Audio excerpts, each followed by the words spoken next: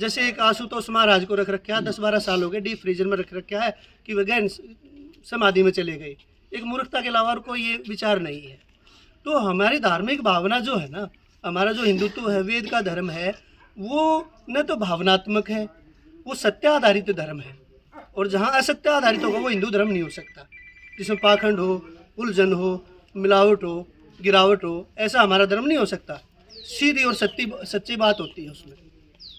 तो शरीर को मनुष्य के आजकल ऐसा है कि बहुत सारे लोग अपने शरीर का भी दान कर जाते हैं मरने के बाद। बिल्कुल करते हैं। और पीछे क्या बेटी को के अंगों को पिता को लेना चाहिए, परंतु पीछे एक घटना आई, एक बेटी ने अपने पिता को किडनी दान कर दी।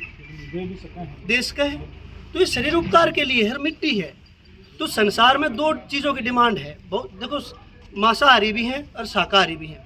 हमने तो सारी दुनिया को शाकाहारी बना सकते, मांस की डिमांड खत्म नहीं कर सकते, परंतु हमारा यत्न है, परंतु नहीं कर सकते। तो बहुत सारी चीज़ आपके पास भी होंगी, चमड़े की बेल्ट पहन रखी हुई, जूते पहन रखे होंगे, या लेदर की गाड़ी में सीट होंगी। आजकल तो मोबाइल एक और भी लेदर के आने लगी। तो वो लेदर कहीं आसमान से नहीं पड़ता है, ना धरती से निकलता है, वो पशुओं से ही आता है। और पशुओं से कैसे आता है? क्या मरे हुए पशुओं का है या जीवित पशुओं का है? मरे हुए का तो हमने ये सोच लिया कि उनको मिट्टी देनी है, तो जीवित पशुओं का फिर कौन, वे क्या करेंगे? पहले हर गांव की एक व्यवस्था थी, हमारे ऋषियों ने बना रखी थी, हमारे पूर्वजों ने बना रखी थी। हर गांव के पास एक हटवारा हुआ करता है।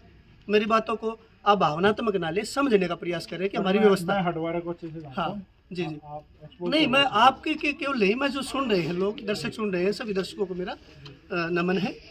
तो मेरा उनको कहने का अभिप्राय है कि हर गांव के पास एक हटवारा हुआ करता था, और उस हटवारे में क्या करते थे कि गांव का कोई पशु है, गाय है, भैंस है, जो भी कोई मर जाता था उस हटवारे में डाल दिया करते। और एक वर्ग, हर जातीय व्यवस्था वर्तमान में 36 बिरादरी, कुम्हार गढ़े बनाता है, लोहार लोहे का काम कर खाती, चिनाई का काम करे, लकड़ी का काम करे, नाई बाल काटे, तो चमार वर्ग होता था। वो तो चमार वर्ग क्या करता? चमड़े का काम करता था।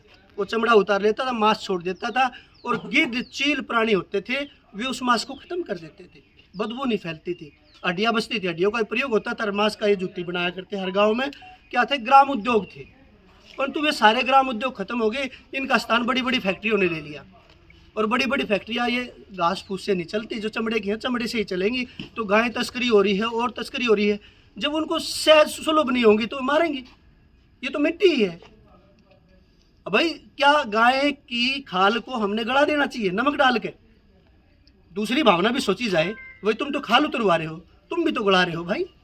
भाई उसको खोद, गड्ढे में खोद के मिट्टी नमक डाल रहे हो, जल्दी से जल्दी गल जा, माँ को गला देना चाहिए है जी। एक भावनात्मक उससे सोचा जाए। नहीं, जब वैसे कहने के लिए तो माता, परंतु माता को फिर तूड़ा क्यों खुआते हो? थाली सजा के रोटी डालो, मिठाई खुआओ, फल फ्रूट खुआओ, बिस्तर पर सुलाओ। क्या माता के पिछवाड़े में हाथ दिया जाता है क्या? डॉक्टर हैं जितने भी हैं, अपनी गायों के सब गोभक्त, जो गोभक्त बने, जिनकी भावना आहत हो रही है, वे सब अपनी गाय ने नहीं करवाने के लिए, भाई साहिवाल का टिक्का रखना, गिर का टिक्का रखना, हाथ दिवाना गिरे, माँ के चुतरा में हाथ दिवा कर रखे। पिछवाड़े में कहने का मेरा आप शब्द है, इसको मैं वापस लेता हूँ, पिछवाड़े में। तो ये क्या, भावना अलग चीज़ है, धर्म अलग चीज़ है। धर्म सत्य आधारित है, सत्य विवेक पूर्वक जाना जाता है, भावनाओं से नहीं जाना तो चाहता। स्पष्टीकरण ये है स्वामी जी कि ये जो मृत गाय हैं, उनका जो मृत शरीर है, उसकी जो हड्डियां हैं वो अलग तरीके से उपयोग में लेकर आई जाओ है, उनका जो खाल है, स्किन है, उसको अलग तरीके से उपयोग में लाया जाए, सींग तक उपयोग में आवे हैं। और ये चीजें, इसके अलावा एक चीज़ और कहना चाहूँगा, जी वो भी बता दो। मैं ये कहना चाहूँगा मलिक साहब कि हर, जैसे ये गढ़ोली गौशाला है, तो इस गौशाला के बाहर जो ज़मीन है वो किसानों की ज़मीन है, उस गौशाला की भी ज़मीन है, परंतु 4 महीने यहाँ ऐसे रहते हैं चौमासे के कि चौवा जो है ज़मीन का भूस्तर है वो 2 फीट ऊपर आ जाता है। तो 4 महीने तक कोई 4000 गायें हैं इस गौशाला में, तो इस समय 4 से ऊपर ही है, कम नहीं है। और वे कामधेनु गायें नहीं है कि 20 लीटर देने। लोग जो ये गोभक्त है ना, तो ये क्या करते हैं, हमारे पास फ़ोन करेंगे, बोले जी गाय दिलवा दो, मैं दिलवाऊंगा, आजा 5-4 बालका नहीं लिया, रस्सी लिया, गांव में बतेरी घूमे पकड़वाऊंगा। बोले यार आ चाहिए, हाँ 15-20 किलो, अच्छा काम देनु चाहिए तने। और फिर यहाँ पे कौन सी आवे है जो फांदड़ हो जा, बैला हो जा, जो बीमार हो जा, बूढ़ी हो जा, और छोड़ के इसी तरिया जाएंगे 1000-2000 रुपये दे के, भागा के कदे वापस पकड़ के वापस ना ला दे। और क्या भावना रखती है, 1000 तूने दूध पिया, तूने सारी सेवा ली, और बूढ़ी लाचार होगी, गौशाला वाले बढ़िया सेवा करनी चाहिए गौशाला वाला ने। हमारे पास फ़ोन आता है दिन रात, कभी भी फ़ोन आ जाएगा, जी हाँ गाय मेरी पड़ी है, एक्सीडेंट हो गया, इसने दबवाओ। अरे तू भी तो दबवा सके, बोले जी मेरे पास टाइम नहीं है जी, रोज़ की समस्या है, मैं केवल हकीकत बता रहा हूँ।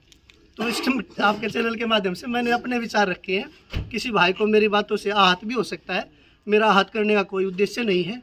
जो हकीकत है, अपनी भावनाएं हैं, मैंने वे व्यक्त की हैं।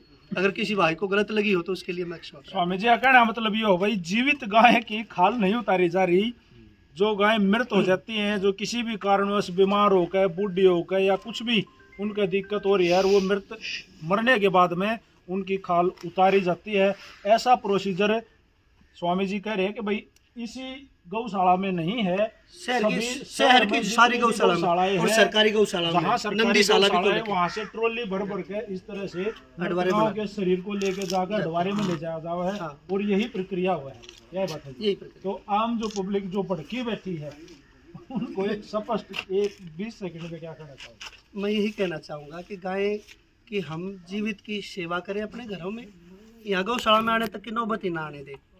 आप दूध पिए, दूध पीने के बाद जैसे अपने माँ बाप की सेवा करते हैं, वैसे भी अगर गाय को माँ मानते हो तो वहीं सेवा करें। और जब ये किसानों का समय चल रहा है खेती का, गेहूं का, तो 2 महीने से मैं देख रहा हूँ हर गांव से ट्रॉली भर भर के बाहर छोड़ के आई जा रही है, और कोई बाहर वाला छोड़ के आने वाला नहीं। 10 ट्रॉली आई थी। तो भाई यहाँ बेचते ही क्यों हो कि नौबत आवे? ये तो वे लोग हैं बेचारे बूढ़े, देखो ये बूढ़े बेचारे, ये सारे के सारे सेवा करें अपना घर तक टाइम दे में, कोई तनख्वाह नहीं ले रहा। तो इन्हें ये गाय के दुश्मन नहीं है, गाय के भगत हैं। तो सभी से अनुरोध है कि गाय को घरों में रख के यहाँ आने से बचाएं।